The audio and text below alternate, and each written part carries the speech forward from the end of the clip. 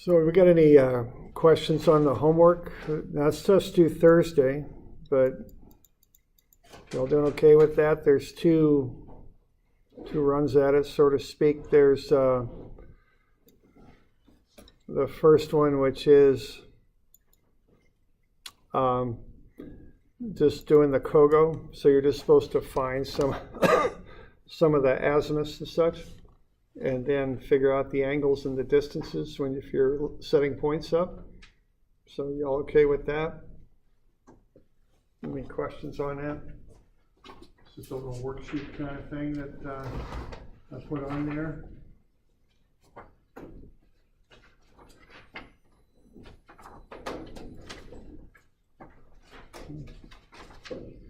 That's 941 and 942.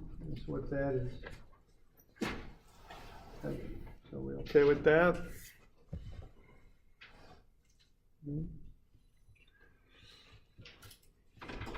then we got this mapping deal. Y'all getting that pond and the fence in there okay? You got any questions on that?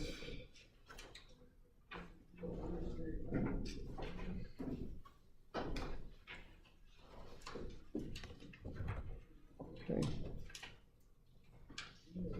All right. And then we have the lab. Okay. So what you ought to be turning in is you ought to make your own copy of the notes. Okay. That's on 967. You got a blank note page.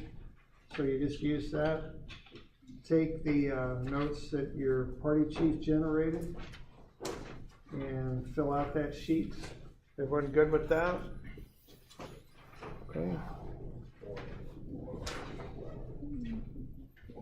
Now, when you've got that, what you're going to do with your data here is you've got this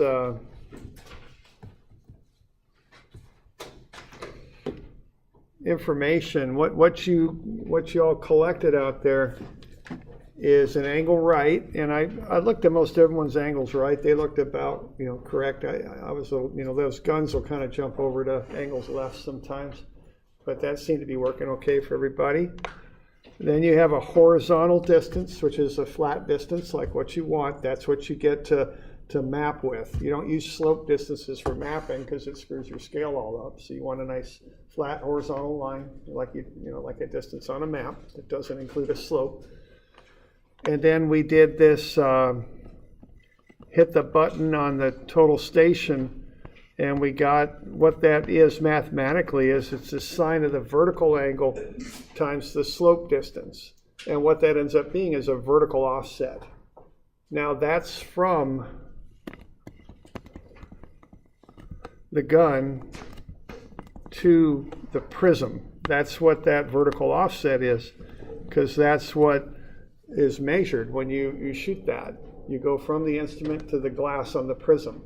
So you got to keep that in mind, okay? So that's the data that you start off with.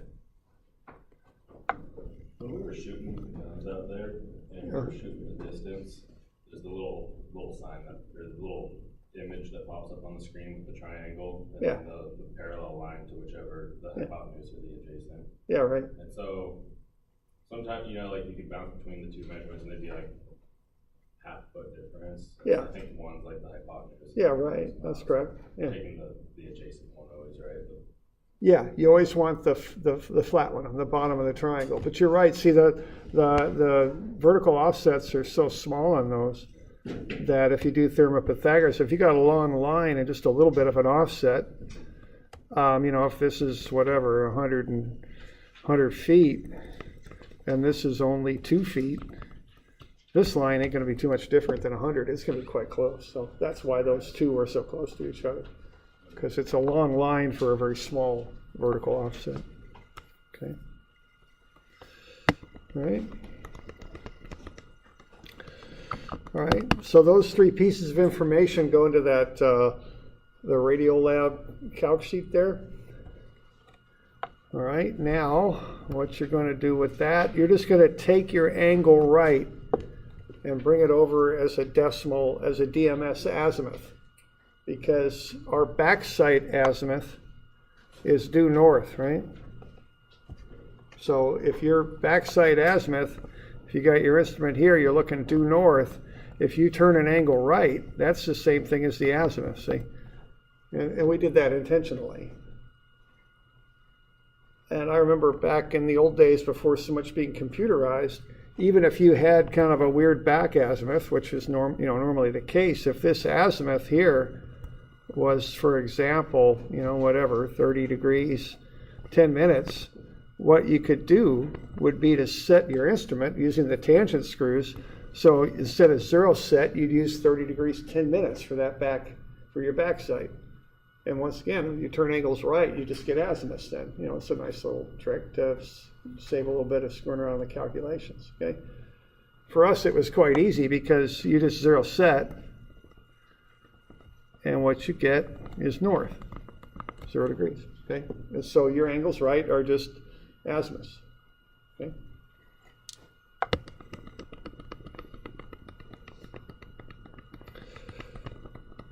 We good with that? Okay.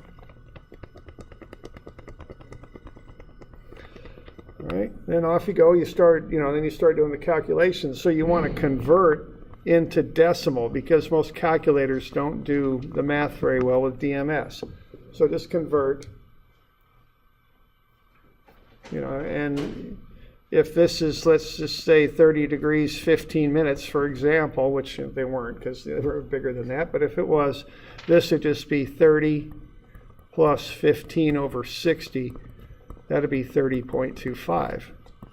That's all you got to do to convert, okay? Round them to the minute, too, for the calculations. If somebody wrote them down to the second, you don't need to take them out that far. It's just a lot harder to do the math, and you're not going to really gain much from it anyway, so, okay?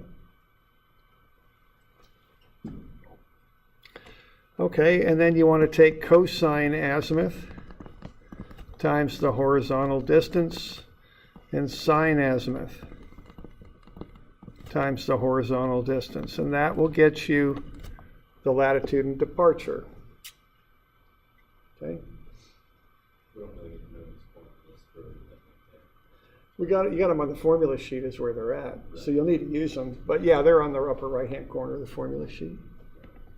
Okay. What would you actually need the hypotenuse distance for in surveying? I don't know, nothing much. I mean, I can see it like real life, like if you want to know how long does this be, you can go right. here and shoot it. I think they just put it on there on the instruments. I've never used a slope distance the only thing I use the slope distance for when I'm actually surveying is to calculate the horizontal and vertical distances. Maybe I think 2 reasons. One is the off chance somebody might want one, so they put it on there. The other thing is, and that is actually the distance that's being shot with the laser, is the slope distance. So they're giving you that. The other thing is, it's kind of you kind of walk around the triangle when you hit that toggle button. So I think they just include it on there just to kind of get you all 3 sides of the triangle. I think I might have been not noticing that. I didn't notice it for a while. Well, it's not going to cause a huge problem. You'll have a little bounce in your map, but not too much. It's not a whole lot, especially the scale we're making those maps at. It's not, so. Okay, then the northing and the easting, you're going to take your beginning coordinate, this northing and easting, this is where you started, and that's going to be different for each crew. And that's right on the notes that your party chief had.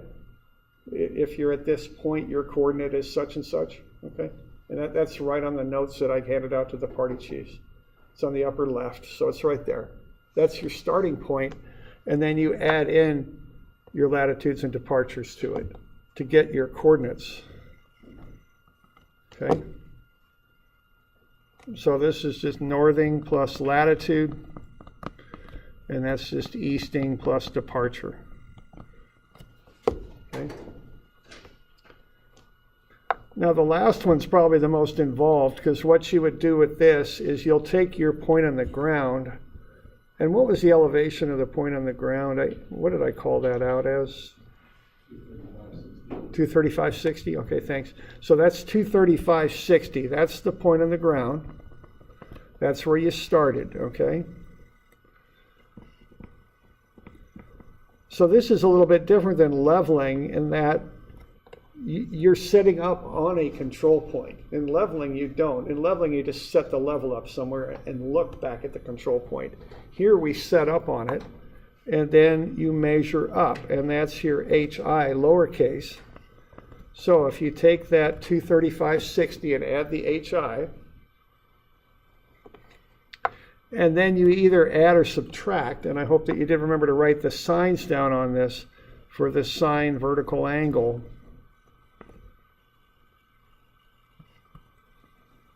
Times the slope distance, okay?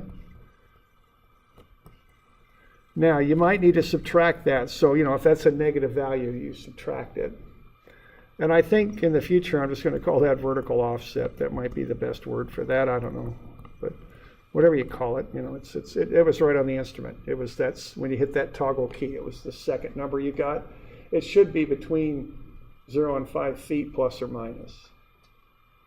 Okay. So that's what those numbers should have been. So that'll get you up there to the glass, okay, to the prism. That's this distance right there. And I always hate writing this out because it takes so long, but sine vertical angle times slope distance. That's what that is. Now that gets you to the glass on the prism, because that's what you shoot with the instrument. That's what your laser bounces off of. So you got to bring it back down. That's the height of the rod. So you got to take away HR. And that will get you that elevation, okay? So you got a little bit of calculating to do on that one. There's 16 of these points. But the one thing I would point out here is you got 1, 2, 3 terms, or 4 terms actually. 3 of them are constants. They're the same every time. So just combine the 3 constants into one term, put it into memory, and then just add or subtract your vertical offset. That'll get you the elevation on the ground, okay? But just combine all the others together because they'll be the same every time. Sine vertical something times slope distance. Yeah, vertical angle. It's that little, it's typed up there on the comp sheet too. Okay. So sine vertical angle times slope distance is what I'm calling that out as. Okay.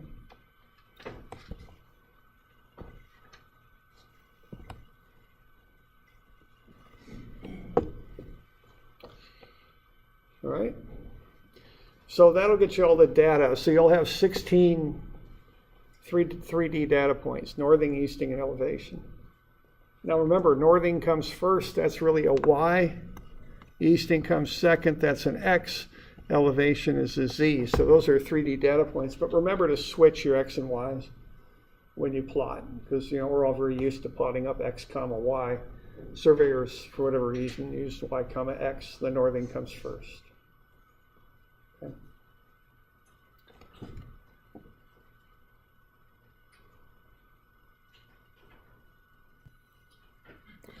All right, so what you want to do then is plot that stuff up on that graph paper. And that's on 4, I don't know what it's at, 4, is there graph paper in there or no? There's not any in there? Okay, just get yourself some engineering paper. I can get some at halftime here if you need. I think I've got some in my office. But get yourself some graph paper. Just a piece of engineering paper is fine. Okay? And then you plot up the points.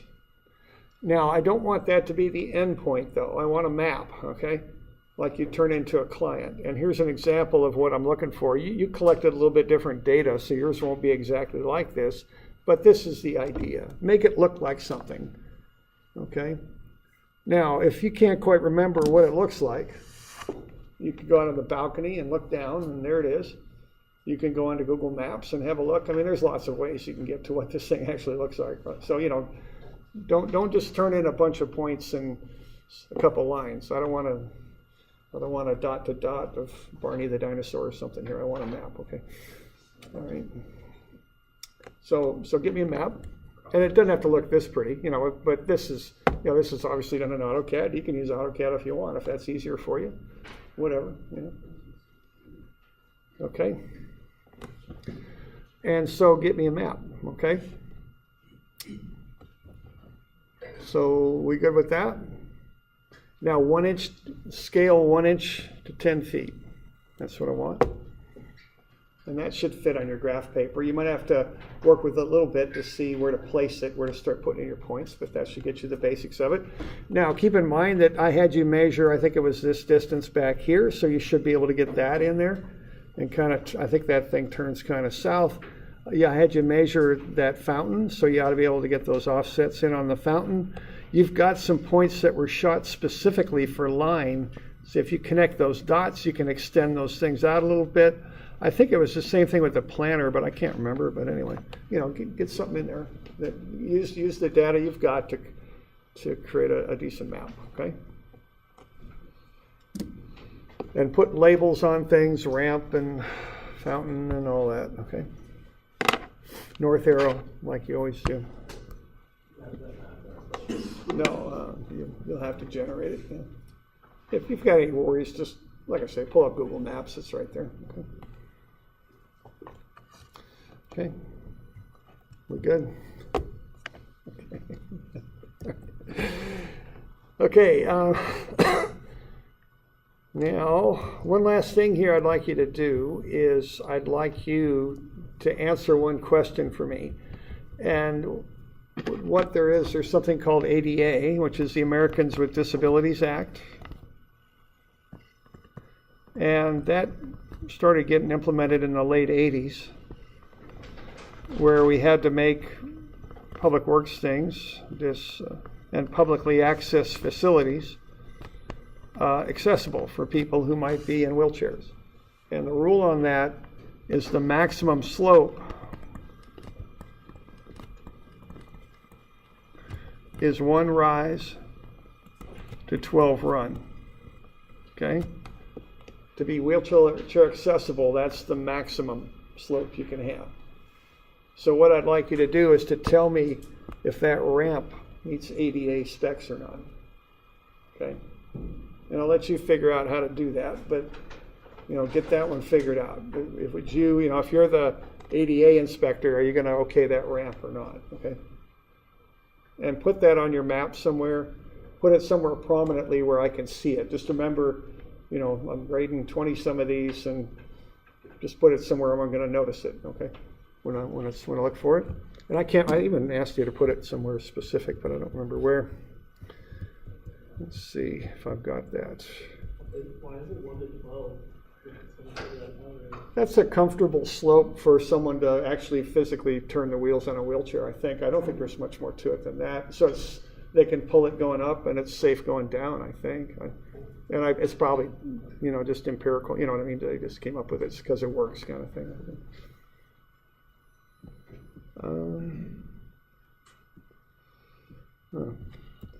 I used to have a note on this, but I guess I don't anymore. So you could put it right on the map, just say whether it's ADA specified, whether it's ADA certified or no. Yeah, question? For the lab, would our azimuth be the same as our angle, right? Yes. Starting at 0. Yeah, right. That was done purposely, right? Okay. So yeah, your azimuth and your angle right are the same thing. Okay. Other questions on that? Okay.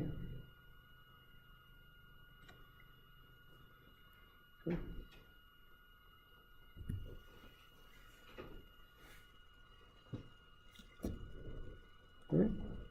So that's what's due Thursday. So can we get that going?